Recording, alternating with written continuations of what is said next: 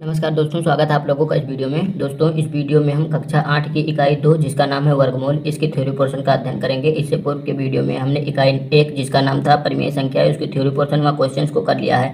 यदि आप लोगों ने उन वीडियोज़ को नहीं देखा तो जाकर देख लीजिएगा। इस वीडियो के डिस्क्रिप्शन में मैं उन वीडियोज़ का लिंक डाल दूंगा। तो फिलहाल चलिए शुरू करते हैं। इस वीडियो में हम इकाई 2 जिसका नाम है वर्गमूल, इसकी थ्योरी पोर्शन को। तो देखिए, थ्योरी पोर्शन के पहले पॉइंट में दिया गया है, यदि किसी संख्या को उसी संख्या से गुणा करें तो गुणनफल से प्राप्त संख्या को गुणा की गई संख्या का वर्ग कहते हैं। क्या कहा जाता है, आइए मैं आपको बताता हूं। जैसे मैं दो में 2 से ही गुणा करता हूं तो जो आप लोगों को 4 मिल रहा है, यहाँ पर 4 मिल रहा है। लेकिन इसको क्या कहा गया है, 2 से मतलब उसी संख्या को उसी संख्या से गुणा करने पर जो गुणनफल प्राप्त होता है, पहली संख्या जिसमें गुणा किया गया है उसका वर्ग कहते हैं। तो 2 का वर्ग कितना होता है, 4। यही आप लोगों को इस पॉइंट में समझाया गया है। देखते हैं दूसरे पॉइंट में। दूसरे पॉइंट में आपको कहा गया है वर्गमूल प्राप्त करना वर्ग करने की प्रतिलोम क्रिया है। ठीक है, मतलब यदि आप लोगों को 4 दिया गया हो, पूछ लिया जाए इसका वर्गमूल कितना होगा, तो मतलब 4 का वर्गमूल 2 होता है। ठीक है, 4 का वर्गमूल 2 होता है, जबकि 2 का वर्ग 4 होता है। तो देख सकते हैं इसका वर्गमूल 2 हो रहा है और इसका वर्ग 4 हो रहा है। तो आप लोगों को दिख रहा होगा यहाँ पर कि यह इसकी प्रतिलोम संक्रिया है। देखेंगे दूसरे अगले पॉइंट में कहा गया है शून्येतर पूर्णांकों की वर्ग धनात्मक पूर्णांक अथवा प्राकृतिक संख्याएं हो सकती हैं। ठीक है, शून्येतर पूर्णांकों के आपको वर्ग कहा गया है। तो कोई भी शून्येतर पूर्णांक मतलब शून्य ना हो और इससे इतर कोई भी हो, तो जैसे आपको 2 दिया गया हो तो इसका वर्ग 4 हो जाएगा, 3 दिया गया हो 9 हो जाएगा। तो देख रहे होंगे सब धनात्मक पूर्णांक आपको प्राप्त हो रहे हैं। ये आपको कहा गया है धनात्मक पूर्णांक अथवा परिमेय संख्या प्राकृतिक संख्या प्राप्त हो सकती है। अगले पॉइंट में कहा गया है वर्ग पूर्णांकों के वर्गमूल धनात्मक तथा ऋणात्मक पूर्णांक होते हैं। जैसे एज एक्स स्क्वायर का जो आप लोगों को मिल जाएगा प्लस माइनस एक्स मिल जाएगा। ठीक है, इसमें क्या कहा गया आप लोगों को, जैसे आपको 4 का वर्गमूल कितना मिलेगा, प्लस माइनस का 2 मतलब धनात्मक और ऋणात्मक दोनों का 2 मिलेगा आप लोगों को।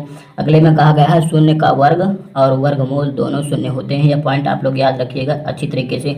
अगले में कहा गया है शून्येतर परिमेय संख्याओं के वर्ग धनात्मक परिमेय संख्याएं होते हैं। तो ये पॉइंट हमने आप लोगों को यहाँ पर पढ़ा दिया है। अगले वाले में यहाँ पर आप देख सकते हैं जैसा कि हमने बता दिया था। अब देखेंगे अगले में आपको कहा गया है किसी संख्या के अभाज्य गुणनखंड में समान खंडों के जोड़े बनाने के पश्चात यदि इनमें कोई अभाज्य गुणनखंड शेष नहीं रहता तो वह पूर्ण वर्ग संख्या होती है।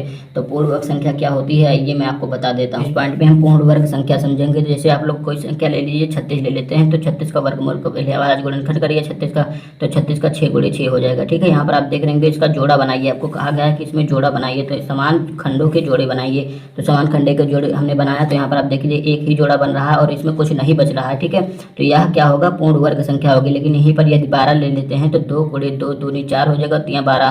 तो देख रहे हैं 2 का जोड़ा आपको बन रहा है, लेकिन यहाँ पर 3 का जोड़ा नहीं बन रहा है। तो यह पूर्ण वर्ग संख्या नहीं है, जबकि यहाँ पर 36 पूर्ण वर्ग संख्या है।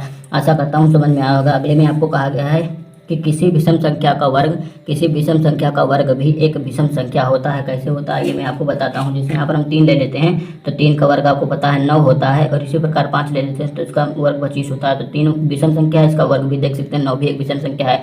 इसी प्रकार 5 एक विषम संख्या है और इसका वर्ग भी 25 एक विषम संख्या है। आशा करता हूँ समझ में आएगा। अगले में कहा गया है कि किसी भी पूर्ण वर्ग परिमेय संख्या y बराबर एक्स स्क्वायर की वर्गमूल y बराबर क्या होता है, प्लस माइनस का x होता है। इसको हमने आपको अगले पॉइंट में यहाँ पर भी बता दिया था। यहाँ पर आप देख सकते हैं जैसा कि अब अगले में कहा गया है होते हैं जहाँ x एक परिमेय संख्या है तो x एक यहाँ पर x एक जो है परिमेय संख्या होनी चाहिए। अब देखेंगे अगले पॉइंट में आपको कहा गया है कि पूर्ण वर्ग संख्याओं के वर्गमूल 2 विपरीत चिन्हों वाली समान संख्याएं होती हैं तथा उन्हें उसके वर्गमूल कहते हैं। यही वाला पॉइंट इसमें थोड़ा घुमाकर आपको बता दिया गया है कि दोनों विपरीत चिन्ह के होते हैं, मतलब प्लस माइनस दोनों के होते हैं। यहाँ पर भी हमने बताया था, यहाँ पर भी बताया था। ये पॉइंट भी हम इसी से संबंधित है। अगले में देखेंगे आप लोग किसी संख्या का वर्गमूल ज्ञात करने के लिए, किसी भी संख्या का वर्गमूल आपको ज्ञात करना है तो क्या कहा गया है, सबसे पहले दी हुई संख्या के अभाज्य गुणनखंड ज्ञात कर लीजिए। जैसे कि मान लेते हैं 36 का आप लोगों को वर्गमूल ज्ञात करना है तो इसके गुणनखंड कर लीजिए। तो इसके गुणनखंड करेंगे तो 6 गुणे 6 आपको मिल जाएगा। यही आपको पहले पॉइंट में कहा गया है कि ज्ञात कर लीजिए।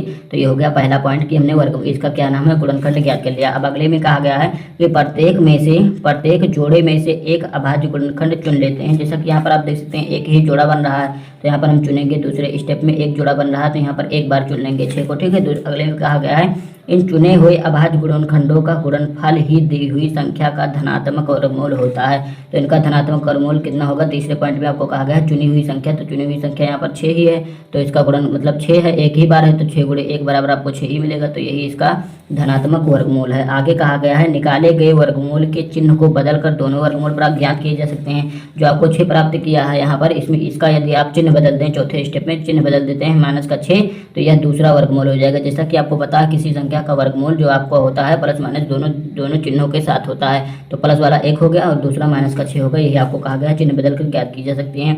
अगले पॉइंट में आपको कहा गया है कि यदि परिमेय संख्या संयुक्त भिन्न के रूप में हो तो सबसे पहले इसे विषम भिन्न के रूप में बदलते हैं। ठीक है, जैसे कि आपको यहाँ पर बताया गया है कि यहाँ पर 1 सही 3 बटा आपको 8 दिया गया है, तो इसको हम क्या करेंगे, सबसे पहले इसको विषम भिन्न के रूप में बदलेंगे। तो 8 एकम 8 3 11, 11 बटा 8 आप लोगों को मिल जाएगा। अब इसका हम आगे करेंगे तब प्राप्त करेंगे कि इसका वर्गमूल कितना होता है कितना नहीं होता है। सबसे पहले उसको हम विषम वर्गमूल में व्यक्त करेंगे। अब आइए चलते हैं अगले वाले पर। अगले पॉइंट में देखेंगे, अगले पॉइंट में आपको कहा गया है प्राप्त भिन्नों के अंश और हर को अलग अलग वर्गमूल ज्ञात करते हैं। अंश और हर का अलग अलग वर्गमूल ज्ञात करेंगे। जहाँ पर हमने आप लोगों को बताया था कि मिश्रित भिन्न हो, तो यहाँ पर जैसे 11 बटा 8 आप लोगों को मिल गया है, तो 11 बटा 8 का तो कोई वर्गमूल होगा नहीं। जैसे यहाँ पर कुछ और मान लेते हैं 36 बटा 9 मान लेते हैं, तो इसका अलग अलग वर्गमूल ज्ञात करेंगे। तो 36 का कितना होता है 6 हमने ज्ञात किया यहाँ पर आप देख सकते हैं, और 9 का 3 होता है। तो अलग अलग वर्गमूल ज्ञात करते हैं, तो हमने ज्ञात कर लिया। ठीक है, अगले पॉइंट में कहा गया अंश और हर के वर्गमूलों को अंश और हर में लिखने पर प्राप्त दी गई भिन्न परिमेय संख्या का वर्गमूल होता है। तो यही आप लोगों को इसका वर्गमूल हो जाएगा 6/3 इसका। ठीक है, अगले पॉइंट में आपको कहा गया है यदि किसी पूर्ण वर्ग संख्या में अंकों की संख्या सम हो। जैसे मान लेते हैं पूर्ण वर्ग संख्या कोई मान लेते हैं, जैसे मान लेते हैं 81 मान लेते हैं, तो 81 एक पूर्ण वर्ग संख्या है और इसमें अंकों की संख्या 1 और 2 दिया गया है, 2 दिया गया है और ये सम है। ठीक है, अब कहा गया उसके वर्गमूल में अंकों की संख्या उसके अंकों की संख्या आधी होगी। ठीक है, इसमें 2 दिया गया है तो इसका वर्गमूल ज्ञात करेंगे, तो इसका वर्गमूल 9 होता है। ठीक है, तो इसमें आप देख सकते हैं इसके वर्गमूल में इस अंकों की संख्या की ये आधी है। देख सकते हैं इसमें 2 था, इसमें 1 ही है। ठीक है, यही इसमें कहा गया था कि इसके वर्गमूल में जो अंकों की संख्या होगी इसके वर्ग में उसकी अंकों की संख्या आधी हो जाएगी। तो यहाँ पर आप देख रहे होंगे यहाँ पर 2 अंक है, यहाँ पर 1 ही अंक है, अतः आधी हो गई। आप समझ गए होंगे। अब देखेंगे अगले पॉइंट में। अगले पॉइंट में आपको कहा गया है कि यदि किसी पूर्ण संख्या में अंकों की संख्या विषम हो तो इसके वर्गमूल में अंकों की संख्या उसके अंकों की संख्या के उत्तरवर्ती संख्या के आधे के बराबर होती है। इसमें क्या कहा गया ये इसे भी आपको समझाता हूँ एग्जाम्पल के माध्यम। तो इसको समझने के लिए हम क्या करते हैं, यहाँ पर हम उदाहरण लेते हैं 100 का। ठीक है, इसमें आपको देख सकते हैं विषम संख्या है, मतलब 3 ही संख्या है। ठीक है, तो इसमें कहा गया है कि उत्तरवर्ती संख्या की आधी होती है। जैसे यहाँ पर 3 दिया गया है तो इसके उत्तरवर्ती संख्या एक और संख्या लेंगे, तो 3 दिया गया है एक उत्तरवर्ती संख्या हो जाएगी, मतलब 1000 ही हो जाएगा। और इसकी उत्तरवर्ती संख्या यहाँ पर कोई भी संख्या मान सकते हैं। जैसे यहाँ पर मान लीजिए कुछ भी मान सकते हैं आप, 1 मान लीजिए, तो इसमें कितने अंकों की संख्या हो गई, अंकों की संख्या यहाँ पर 4 हो गई, तो इसकी आधी होगी, यानी इसमें अंकों की संख्या कितना है 4 है, और इसकी आधी होगी इसके वर्ग। ठीक है, तो इसका वर्गमूल ज्ञात करेंगे तो कितना मिल जाएगा 10 मिल जाएगा। तो देख सकते हैं इसमें अंकों की संख्या 2 है, जो कि इसके उत्तरवर्ती संख्या में 4 अंकों की आधी है। यहाँ पर आप देख सकते हैं यही इस पॉइंट में आपको कहा गया था कि यदि विषम हो तो उसमें जो होता है उत्तरवर्ती संख्या मिलेगी उसकी आधी होगी। तो यहाँ पर आप देख सकते हैं 10 मिला है, उसके उत्तरवर्ती में 4 हैं, तो इसमें 2 हैं, इसका आधा हो गया। आशा करता हूँ आपको समझ में आएगा। देखते हैं अगले पॉइंट में। अब देखेंगे अगले पॉइंट में। अगले पॉइंट में आपको कहा गया वर्ग परिमेय संख्याओं में दशमलव अंकों की संख्या सदैव सम होती है और उनके वर्गमूल में दशमलव के अंकों की संख्या वर्ग संख्या के दशमलव अंकों की संख्या की आधी होती है। आइए इसे में क्या कहा गया आपको बताता हूँ मैं।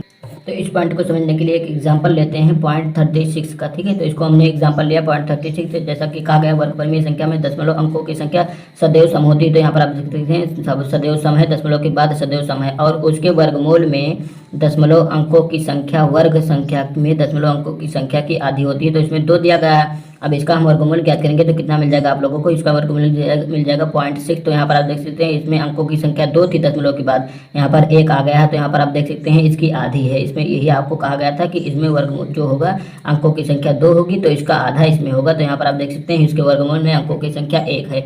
अब आशा करता हूँ समझ में आएगा। अगले में देखेंगे, अगले पॉइंट में आपको कहा गया है कि दशमलव संख्या के पूर्णांक भाग में पूर्व विधि से वर्गमूल में अंकों की संख्या की गणना की जाती है। जैसा कि इस पॉइंट में आपको समझाया गया था, इसी विधि से आप इसमें ज्ञात कर सकते हैं यदि आप लोगों को दशमलव के इधर दिया गया हो। अब अगले में आपको कहा गया है कि ऐसी वास्तविक संख्याएं जो परिमेय नहीं है अपरिमेय होती हैं। तो जो संख्याएं परिमेय नहीं हैं वो अपरिमेय होंगी। ठीक है, वास्तविक संख्याओं के विषय में कहा गया है ऐसी वास्तविक परिमेय संख्याएं जो परिमेय नहीं है, जो परिमेय ऐसी वास्तविक संख्याएं जो परिमेय नहीं है वह अपरिमेय होंगी। ठीक है, अब देखेंगे अगले पॉइंट में कहा गया है एक नज़र में वर्गमूल। ठीक है, एक नज़र में वर्गमूल का अध्ययन करेंगे, मतलब एक बार रिवीजन करेंगे, जल्दी रिवीजन करेंगे जो हमने पढ़ा है अब तक उसी का। देखिए पहले पॉइंट में कहा गया है वर्ग परिमेय संख्याओं के वर्गमूल परिमेय संख्याएं होती हैं। आपको पता है, मैंने समझा दिया है। यदि x कोई परिमेय संख्या है तो y बराबर x², जहाँ x² बड़ा होगा और या बराबर होगा 0 के। परिमेय संख्या को पूर्ण वर्ग संख्या कहते हैं। अगले में कहा गया यदि कोई संख्या पूर्ण वर्ग संख्या है तो उसकी अभाज्य गुणनखंड में समान खंडों के जोड़े बनाने पर अभाज्य गुणनखंड में शेष नहीं होना चाहिए। जैसा कि हमने आपको कोई बताया था लेकर, जैसे 81 ले लेते हैं तो 81 का 9 गुणे 9 लेंगे तो एक जोड़ा यहाँ पर बन रहा है। और ये 12 ले लेते हैं तो 2 गुणे 2 4 हो जाएगा और 3 12 हो जाएगा। यहाँ पर एक जोड़ा बन रहा है, केवल 3 यहाँ पर बच रहा है, तो एक ही जोड़ा बन रहा है, तो यह अभाज्य संख्या पूर्ण वर्ग संख्या नहीं होगी, ठीक है। और यह पूर्ण वर्ग संख्या होगी क्योंकि इसमें जोड़ा बनाने के बाद कुछ नहीं बच रहा है, इसमें जोड़ा बनाने के बाद बच रहा है।